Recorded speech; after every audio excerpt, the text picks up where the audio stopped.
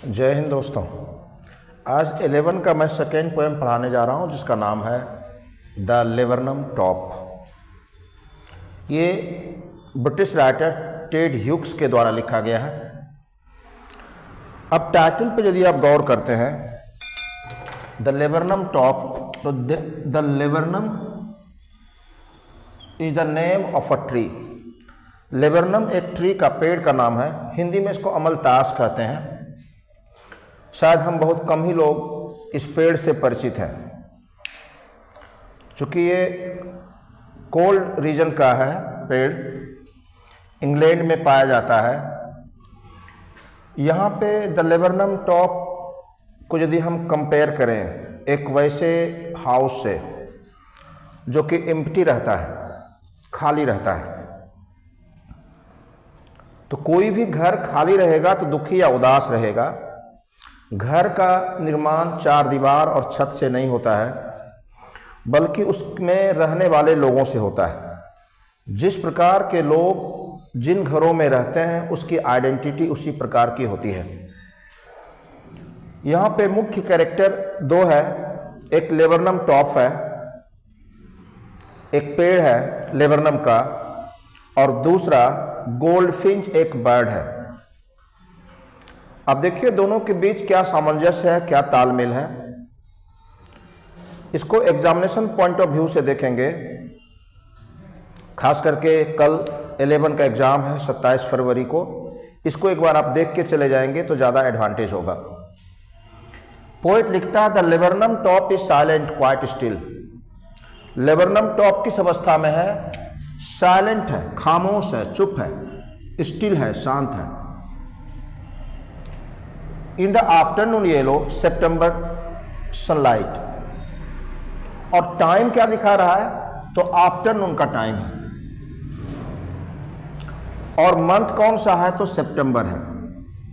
गौर करके करें, देखेंगे in the afternoon yellow September sunlight. सितंबर का सनलाइट है। सनलाइट कैसा होता है? तो येलो होता है, पीला होता है। देखिए रिजेम्बलेंस क्या है? दोपहर, आफ्टरनून और पेड़ में अंतर क्या है, या फिर समानता क्या है? सितंबर का सनलाइट कैसा है? तो येलो है। और पेड़ के पत्ते कैसे हैं? तो वो भी येलो हो चुके हैं। A few leaves yellowing, all it's seeds fallen. पतझड़ का समय आ गया। तो जब पतझड़ का समय होता है तो हरे पत्ते जो होते हैं वो कैसे हो जाते हैं? तो पीले हो जाते हैं, मतलब डिकेइंग स्टेज में है। ईयर भी अपने डिकेइंग स्टेज में है। वर्ष का अंत होते जा रहा है और पेड़ों के पत्तों का भी अंत होते जा रहा है। वर्ष भी समाप्त होने वाले हैं, ईयर भी समाप्त होने वाले हैं, और पेड़ के पत्ते भी समाप्त होने वाले हैं। दोनों मतलब बुढ़ापा की ओर बढ़ते जा रहा है, अंत की ओर, पतन की ओर बढ़ते जा रहा है। बता रहा है ऑल इट्स सीड्स फॉलन, और पतझड़ का समय है तो इसके सीड्स भी, बीज भी क्या है? गिरे हुए हैं, बिखरे हुए हैं उन पत्तों की तरह। अब समझिएगा, तो धीरे धीरे पेड़ कैसे होते जा रहा है? बैरन होते जा रहा है, बंजर, पूरा खाली होते जा रहा है। और till the goldfinch comes with a twitching chirp. पेड़ दुखी है, उदास है, शांत है, खामोश है, और ये खामोशी उसकी कब तक बनी रहती है? जब तक कि गोल्डफिंच, एक चिड़िया हो गई जिसके भी पंख पीले होते हैं। आफ्टरनून पीला है, पेड़ के पत्ते, लेबरनम के पत्ते पीले हैं, गोल्डफिंच के पंख पीले हैं। तो ये समानता दिखा रहा है। Till the goldfinch comes with a twitching chirp, अपने पंखों को, पूंछ को फड़फड़ाता है और चर्पिंग करता है। चर्पिंग मतलब चहचहाना, चहचहा रहा होता है। गोल्डफिंच चहचहा रही होती है। A sudden startlement at a branch end, अचानक ब्रांच के एंड पे, डाली के छोर पे, किनारे पे क्या होता है? तो स्टार्टलमेंट होता है, एक हरकत सी होती है, चौंकता है, चौकन्ना होती है। गोल्डफिंच के आने से पेड़ में भी एक हरकत सी उत्पन्न होती है। उसकी उदासी, उसके सैडनेस, उसके डिस्पेयर शायद धीरे धीरे मेल्ट होने लगते हैं, समाप्त होने लगते हैं। Then slick as a lizard, slick as a lizard, slick मतलब चिकना, सुंदर, चिकना, लिजार्ड की तरह स्लिक करके, एंड अलर्ट एंड एब्रप्ट। वो गोल्डफिंच कैसी है? तो लिजार्ड की तरह स्लिक है, अलर्ट है और एब्रप्ट है। सडन क्या होता है? एब्रप्ट मतलब सडन, अचानक। एब्रप्ट मीन्स अचानक, सडन, अचानक। अचानक क्या होता है? She इंटर्स the thickness and a machine starts up. वो चिड़िया जो है, गोल्डफिंच जो है, उसके थिकनेस में, घने जो उसके झाड़ी है, झुरमुट है, उसमें वो प्रवेश करती है। And a machine starts up, उसके प्रवेश करने से ही एक प्रकार का साउंड, मानो वो मशीन एक शुरू हो जाता है। ठीक है, अब आगे हम लोग देखते हैं। तो स्टार्ट्स अप, क्या चीज स्टार्ट करती है? Of chittering and a tremor of wings and trilling. तो साउंड कैसे क्रिएट होता है? जिस प्रकार से मशीन साउंड क्रिएट करता है उस चिड़िया के। चिड़िया वहां पे क्यों पहुंचती है? उसके बच्चे वहां पे रह रहे होते हैं, गोल्डफिंच के बच्चे रह रहे होते हैं। अपने बच्चों को दाना खिलाने के लिए, उसे खाना देने के लिए, फीड करने के लिए पहुंचती है। और जैसे वो पहुंचती है, उसके बच्चे जो होते हैं चिट्रिंग करने लगते हैं, साउंड क्रिएट करने लगते हैं। ट्रीमर ऑफ विंग्स, पंख फड़फड़ाने लगते हैं इसके। ट्रिलिंग्स, उसमें साउंड क्रिएट होता है। The whole tree trembles and thrills. उन चिड़ियों के बच्चों को खुश देख करके, गोल्डफिंच के आने की खुशी में पेड़ भी क्या होता है? थ्रिल्स, खुशियों से भर जाती है। ट्रिम्बल्स, कांपने हिलने लगती है। झूमते हुए पेड़ों को देखते होंगे, हम लोगों को लगता है कि हवा के झोंकों से पेड़ झूल रहा है या हिल रहा है। लेकिन पोएट एक देखता है तो देखता है कि शायद वो जश्न मना रहा है, खुश हो रहा है। तो पोएट एहसास करता है कि वो थ्रिल से, खुशियों से भरी हुई है, पेड़ भर जाती है गोल्डफिंच के नए मेहमान के आगमन से।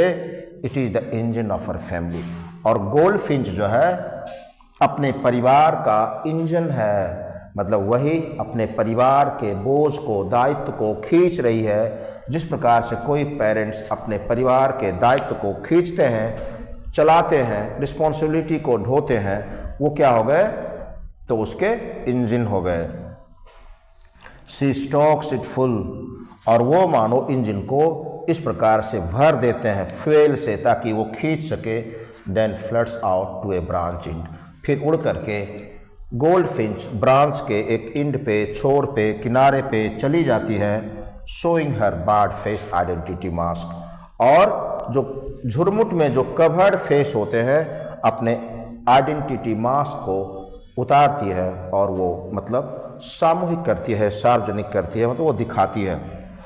Then with airy delicate whistle chirp whisperings, airy मतलब होता है स्ट्रेंज, एक विचित्र सूक्ष्मता के साथ, नाजुकता के साथ क्या होता है? वो विस्लिंग करती है, गाती है, सीटी बजाती है। विस्परिंग, उसके आवाज़ में चर्पिंग होता है, विस्परिंग होती है। सी लॉन्चेस अवे, और फिर वो उड़ान भर देती है।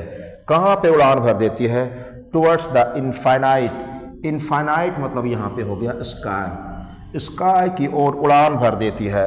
And laburnum top subsides to empty, और जैसे फिर पहले से खाली थी लेबरनम टॉप, दुखी थी, उदास थी, उसी प्रकार से फिर वो, उसके जो खुशियाँ घट जाते हैं, सबसाइड हो जाते हैं, डिमिनिश हो जाता है और उसकी खुशियाँ चली जाती है। अब इसमें दो तीन चीज़ समझेंगे। ये पोयम ब्लैंक वर्स का पोयम है। कैसा पोयम है? तो ब्लैंक वर्स मतलब जिसमें राइम स्कीम नहीं होता है, जिसमें एक लाइन दूसरे लाइन से रिदम में नहीं मिलते हैं, उसको ब्लैंक वर्स की कविता कही जाती है। लाइन इसके देखेंगे कितने लाइन में, तो 1 2 3 4 5 6 7 8 9 10 11 12 13 14 15। ये सोनेट भी नहीं है, सोनेट में राइम स्कीम होता है तो वो नहीं है, तो सिंपली ये ब्लैंक वर्स की पोयम है। अब देखेंगे इसमें कुछ पोइटिक डिवाइस, लिटरेरी डिवाइस देखेंगे। यहाँ पे देखेंगे सितंबर सनलाइट, जब दो कॉन्सोनेंट के साउंड एक साथ मिलते हों उसको हम लोग लिटरेरी डिवाइस में अलिट्रेशन कहते हैं। सितंबर, सनलाइट एस से दोनों मिल रहा है तो वो एलिट्रेशन का एग्जाम्पल है। फिर देखेंगे लाइक और एज के बाद तुलना करने के लिए किसी शब्द का प्रयोग किया जाता है, उसको पोइटिक डिवाइस में, लिटरेरी डिवाइस में हम लोग क्या कहते हैं, तो सिमिली कहते हैं। यहाँ पे slick as a lizard, lizard से उसके चिकनेपन की तुलना की गई है, इसलिए यहाँ पे ये सिमिली का एग्जाम्पल हो गया।